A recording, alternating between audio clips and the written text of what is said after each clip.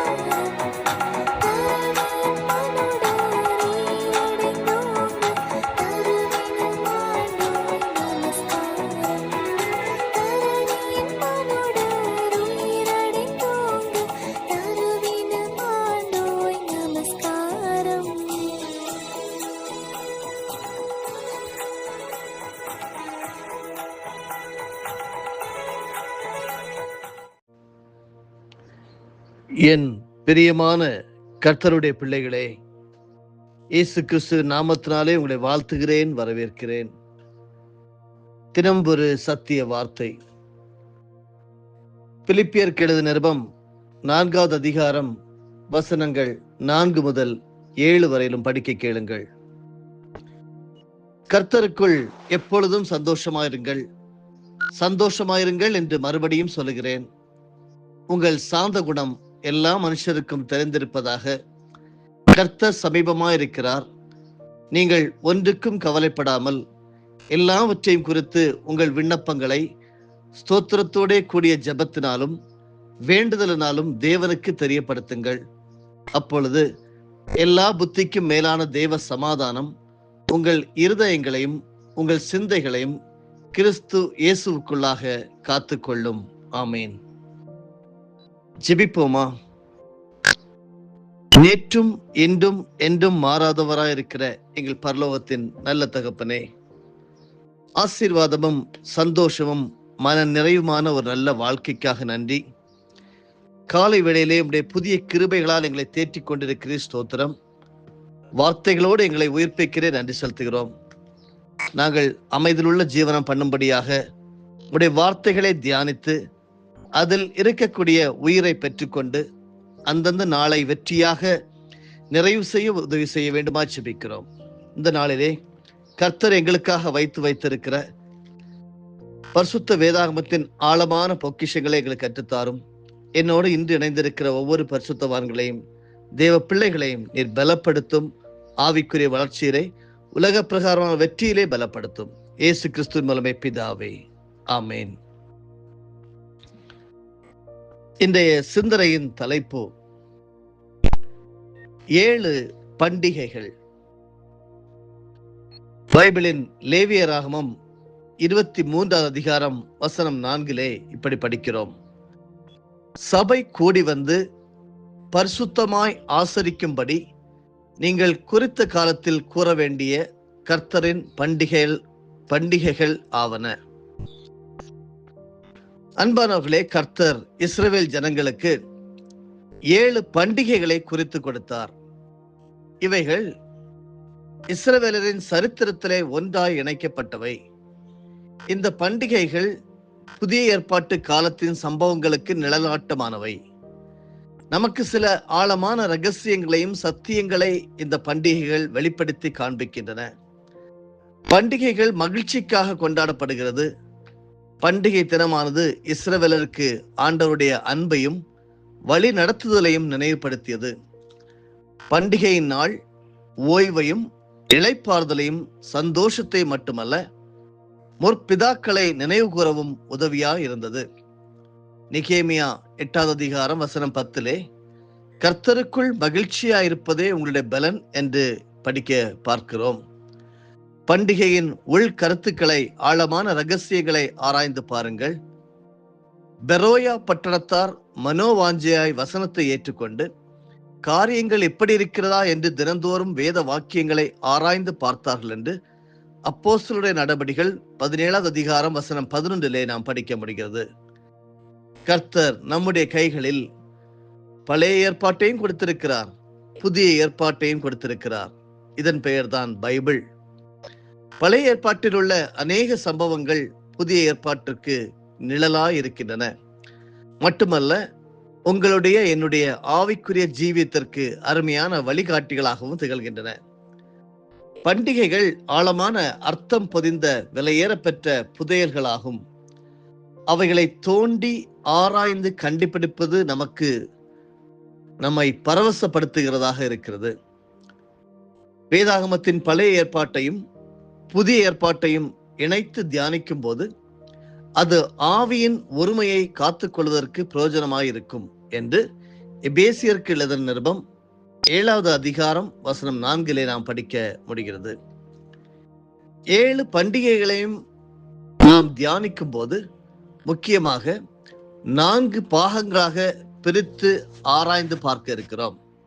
முதலாவது பண்டிகையின் காலம், 2வது பண்டிகையின் பின்னணியான சரித்திரம், 3வதாக பண்டிகையின் நிறைவேறுதல், 4வதாக பண்டிகையின் பலாபலன். இப்படி ஆராய்ந்து பார்க்கும்போது பண்டிகையை பற்றிய முழு பலனையும் முழு ஆசீர்வாதத்தையும் நாம் பெற்றுக்கொள்ளலாம். சரி, இந்த 7 பண்டிகைகள் தான் என்ன, அவைகளின் ஆவிக்குரிய ரகசியங்கள் என்ன என்பதை பற்றி தியானிப்போமா? முதலாவது பண்டிகை பஸ்கா பண்டிகை. லேவியராகம புத்தகம் 23ஆம் அதிகாரம் வசனம் 5 முதலாம் மாதம் 14ஆம் தேதி அந்தி நேரமாகிற வேளையில் கர்த்தரின் பஸ்கா பண்டிகையும் என்று பார்க்கிறோம். முதல் பண்டிகை பஸ்கா பண்டிகை தான். இந்த பண்டிகையின் நாளிலிருந்துதான் யூதருடைய கேலண்டர் ஆரம்பமாகிறது. புத்தாண்டு நாள் என்பது பஸ்கா ஆட்டுக்குட்டி அடிக்கப்பட்ட நாள். எபிரேய கேலண்டரில் முதல் மாதத்தின் பெயர் ஆபிப். கிறிஸ்தவ வாழ்க்கையின் ஆரம்பமே சிலுவையில் அடிக்கப்பட்ட ஆட்டுக்குட்டியானவரை உங்களது எனது பஸ்காவாக ஏற்றுக்கொள்வதிலிருந்துதான் ஆரம்பிக்கிறது. அப்பொழுது கிறிஸ்துவனுடைய விலையேறப்பெற்ற இரத்தம் நம்முடைய பாவங்களை மன்னித்து ரட்சிப்பின் சந்தோஷத்தை தருகிறது. அன்றைக்கு இயேசு கிறிஸ்து மகிமையின் ராஜாவாக உங்களுக்குள்ளே வாசம் பண்ண இறங்கி வருகிறார். 2 கொரிந்தியர் 5ஆம் அதிகாரம் வசனம் 17 படிக்கிறோம். ஒருவன் கிறிஸ்துவுக்குள் இருந்தால் புது சிருஷ்டியாய் இருக்கிறான். இஸ்ரவேல் ஜனங்கள் பாதுகாக்கப்படவும் எகிப்திலிருந்து விடுதலையாகவும் அவர்கள் ஒரு ஆட்டுக்குட்டியை தேர்ந்தெடுத்து 4 நாட்கள் அதை வீட்டில் வைத்திருந்து பிறகு அதை பலியாக செலுத்துவார்கள். அதனுடைய இரத்தத்தை வீட்டின் நிலைக்கால்களிலும் ஜன்னல்களிலும் பூசிய போது சங்கார தூதனால் உள்ளே வர முடியவில்லை. எந்தெந்த வீடுகளில் பஸ்கா ஆட்டுக்குட்டியினுடைய இரத்தம் இல்லையோ அங்கே மனிதர் முதல் மிருக ஜீவன் வரைக்கும் முதற் பேரானவைகள் எல்லாம் சங்காரம் பண்ணப்பட்டன. இயேசு கிறிஸ்துவை குறித்து பைபிள் சொல்லும் போதெல்லாம் அவரை ஆட்டுக்குட்டியானவர் என்று சொல்லுகிறதை பார்க்கிறோம். அவர் உலக தோற்றத்திற்கு முன்பாக குறிக்கப்பட்டவராய் இருந்தார் என்று 1 பேதுரு 1ஆம் அதிகாரம் வசனம் 20 நாம் படிக்க முடிகிறது. யோவான் அவரை உலக தோற்றத்திற்கு முன் அடிக்கப்பட்ட ஆட்டுக்குட்டி என்று அழைத்தார். வெளிப்படுத்தின விசேஷம் 13ஆம் அதிகாரம் வசனம் 8 நாம் படிக்கிறோம். பஸ்கா ஆட்டுக்குட்டி தெரிந்து கொள்ளப்பட்டது மட்டுமல்ல, பழுதற்றதாய் இருக்க வேண்டும் என்று யாத்திராகமம் 12 வசனம் 3 படிக்கிறோம். இயேசு கிறிஸ்துவும் கூட பழுதற்றவர், கரை திரை யானவைகள் ஒன்றும் இல்லாதவர். பேதுரு சொல்லுகிறார், குற்றமில்லாத மாசற்ற ஆட்டுக்குட்டியாகிய கிறிஸ்துவின் விலையேறப்பெற்ற இரத்தத்தினாலே மீட்கப்பட்டீர்கள் என்று அறிந்திருக்கிறீர்களே என்று 1 பேதுரு 1ஆம் அதிகாரம் வசனம் 19 நாம் படிக்கிறோம். அந்த ஆட்டுக்குட்டி இஸ்ரவேலின் மீட்புக்காக அடிக்கப்பட்டது. அதோடு அவர்களுடைய அடிமை வாழ்வு முடிந்து விடுதலை நாள் ஆரம்பமானது. எகிப்தின் ஆளுகையிலிருந்து விலகி கர்த்தருடைய ஆளுகைக்கு கீழாய் வந்தார்கள். பாலும் தேனும் ஓடுகிற கானானை நோக்கி பிரயாணம் செய்தார்கள். மனுஷகுமாரனாகிய இயேசு கிறிஸ்து பூமிக்கு வந்த நோக்கமே மனுக்குலத்திற்காக தன்னுடைய ஜீவனை கொடுக்கும்படியாக தான் மனுஷகுமாரனும் ஊழியம் கொள்ளும்படி வராமல் ஊழியம் செய்யவும் அநேகரை மீட்கும் பொருளாக தம்முடைய ஜீவனை கொடுக்கவும் வந்தார் என்று மத்தேயு 20:28 படிக்கிறோம். பஸ்கா பண்டிகையில் அடிக்கப்பட்ட ஆட்டுக்குட்டியின் இரத்தத்தில் கொஞ்சம் எடுத்து தாங்கள் அதை புசிக்கும் வீட்டு வாசல் நிலைக்கால்கள் இரண்டிலும் நிலையின் மேற்சட்டத்திலும் தெளித்து என்று யாத்ராகமம் 12:7 படிக்கிறோம். நீங்கள் இருக்கும் வீடுகளில் அந்த இரத்தம் உங்களுக்காக அடையாளமாக இருக்கும். அந்த இரத்தத்தை கண்டு உங்களை கடந்து போவேன். நான் எகிப்து தேசத்தை அழிக்கும் போது அழிக்கும் வாதை உங்களுக்குள்ளே வராதிருக்கும் என்று யாத்ராகமம் புத்தகம் 12:13 படிக்கிறோம். அந்த இரத்தத்தை கண்டு என்று கர்த்தர் சொல்லுகிறார். தம்முடைய ஒரே பேரான இயேசு கிறிஸ்துவுடைய இரத்தத்தை கண்டு பிதாவாகிய தேவனுடைய உள்ளம் உருகுகிறது. அதனால் உங்களை தம்முடைய அடைக்கலத்திற்குள்ளே மறைத்துக் கொள்வார். உன்னதமானவரின் மறைவில் இருக்கிறவன் சர்வ வல்லவருடைய நிழலில் தங்குவான் என்று சங்கீதம் 91:1 படிக்க முடிகிறது. கேட்டுக்கொண்டிருக்கின்ற தேவனுடைய பிள்ளைகளே, சங்கார தூதன் உங்களை அழிக்கும் முன்பு கிறிஸ்துவின் இரத்த அடைக்கலத்திற்குள் ஓடி வந்து விடுங்கள். இதுவே பஸ்கா பண்டிகையின் விளக்கமாகும். இரண்டாவது பண்டிகை என்று குறிக்கப்பட்டிருக்கிறது. இதனுடைய ஆவிக்குரிய ரகசியத்திலே இரண்டாவது பண்டிகை புளிப்பில்லாத அப்ப பண்டிகை. அந்த மாதம் 15ஆம் தேதியிலே கர்த்தருக்கு புளிப்பில்லா அப்ப பண்டிகையுமாய் இருக்கும் 7 நாள் புளிப்பில்லா அப்பங்களை புசிக்க வேண்டும் என்று லேவியராகமம் 23:6 படிக்கிறோம். பஸ்கா பண்டிகை முடிந்தவுடனே புளிப்பில்லா அப்ப பண்டிகை ஆரம்பித்து விடுகிறது.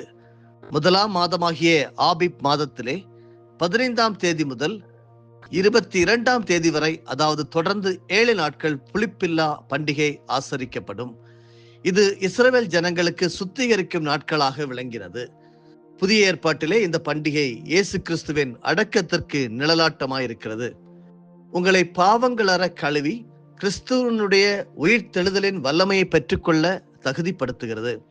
கிறிஸ்துவுக்குள் வரும் தேவ பிள்ளைகள் கர்த்தருடைய ஆசீர்வாதத்தை பெற்றுக்கொள்ள, வல்லமையையும் அபிஷேகத்தையும் பெற்றுக்கொள்ள தங்களை தாங்களே ஆராய்ந்து பார்த்து சீர்படுத்திக் கொள்ள வேண்டியது மிகவும் அவசியம்.